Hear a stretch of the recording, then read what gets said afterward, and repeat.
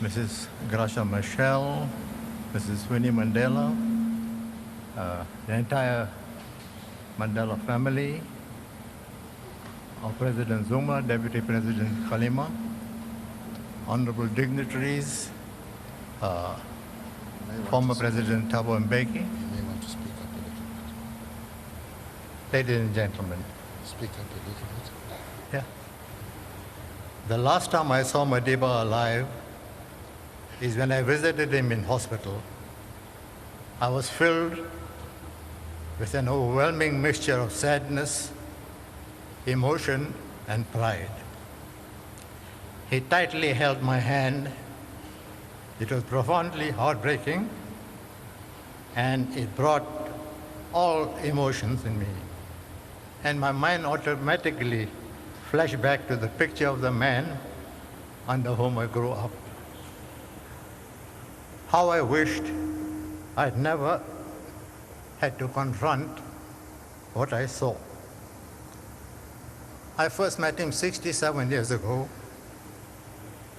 and I recalled the tall, healthy, strong man, the boxer, the prisoner who easily wielded the pick and shovel when we couldn't do so, the prisoner who vigorously exercised every morning before we were unlocked. What I saw in hospital was a man helpless and reduced to a shadow of himself. And now the inevitable has happened.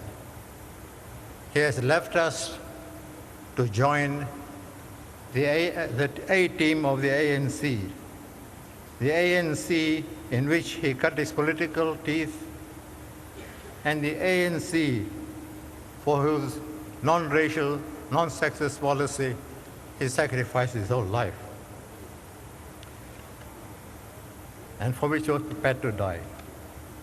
He has joined the A team of Chief Luthuli, Walter Sisulu, Oliver Tambo, Governor Mbeki, Raymond Mhlaba, Yusuf Dadu, Jack Simons, Moses Kutani, Bram Fisher, Monty Naika, J.B. Marks, Helen Joseph, Ruth First, Professor Matthews, Bayes Nodia, Joe Slovo, Lillian Ngoy, Masa Sulu, Michael Harmon. In addition to the ANC ACE team, Madiba also joins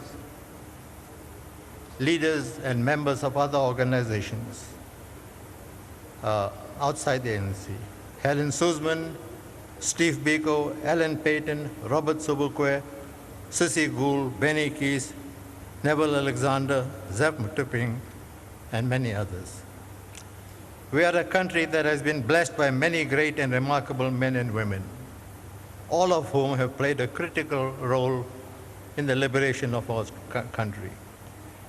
We have been blessed by the contribution of the many different movements and formations, both inside and outside the country, who stood by us in the dark days of apartheid. We have been blessed by a struggle that actively involved the masses of the people in our country. We have been blessed by the ANC that under its collective leadership rose to the forefront in our struggle for freedom, proclaiming proudly, South Africa belongs to all who live in it, black and white. For all this and more, we are deeply grateful to Madiba. We are deeply grateful that today we live in a lively democracy. We are deeply grateful that dignity has been restored to all South Africans. We are deeply grateful that the lives of tens of thousands of people have and continue to be improving. We are deeply grateful for a constitution that encompasses all that is good in us, and a constitution and court that protects our hard-won freedom. We are deeply grateful to the Chapter 9 institutions which jealously guards our constitutional democracy. Finally, we are grateful to each and every one of us, whether we are black, white, colored, Indian, who can proudly call ourselves proudly South Africans. Mindful of our gains, we nevertheless know that we have a long road ahead. There's poverty, there's hunger, there's disease, education, many, many things that still are challenges that before us. Finally, Comrade President, I wish to address myself to Madiba, or to Mandela, as he and I called each other. He was not, I don't consider him to my friend. He was my elder brother. What do we say to you, Mandela, in these days, the last final moments together before you exit the public stage? Mandela, your abundant reserves of love, simplicity, honesty, service, humility, care, courage, foresight, patience, tolerance, equality, justice, continually served as a source of enormous strength to many millions of people in South Africa and the world.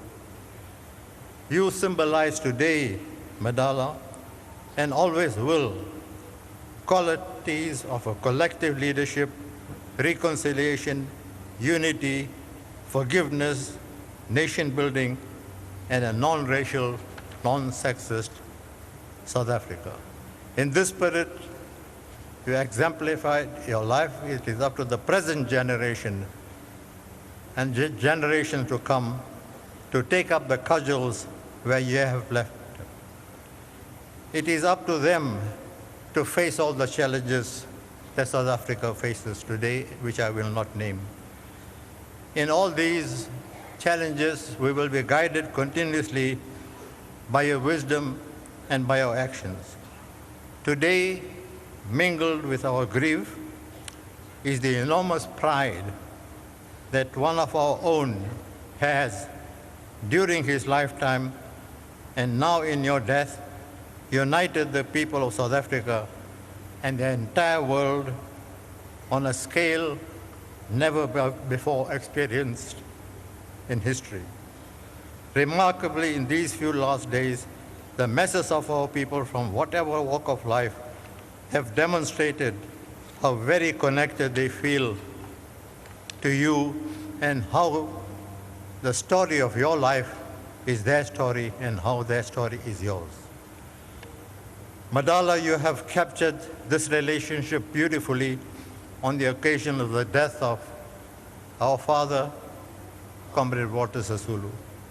Quote, "We share the joy of the living and the pain. Together we shared ideas, forged common commitments. We walked side by side through the valley of death, nursing each other's bruises, holding each other up when our steps faltered. Together we savored the taste of freedom," unquote. To Mrs. Gracia, members of the Mandela family, our love and respect and support go out to you. And we wish there was a way that could ease your grief and pain. These last few months have been particularly hard, and we trust that in these ensuing weeks and months, you will be able to find the rest and peace you so much deserve. We mourn with you and wish you strength at this time of need. Mandela, we may be drowned in fear, in sorrow and grief. We must be proud and grateful that after the long walk paved with obstacles and suffering, we can salute you as a fighter for freedom in the end. Farewell, my dear brother, my mentor, my leader. With all the energy and determination of our command, We pledge to join the people of South Africa to perpetuate your ideals. When Walter died, I lost a father, and now I have lost a brother. My life is in a void, and I don't know who to turn to. Thank you very much.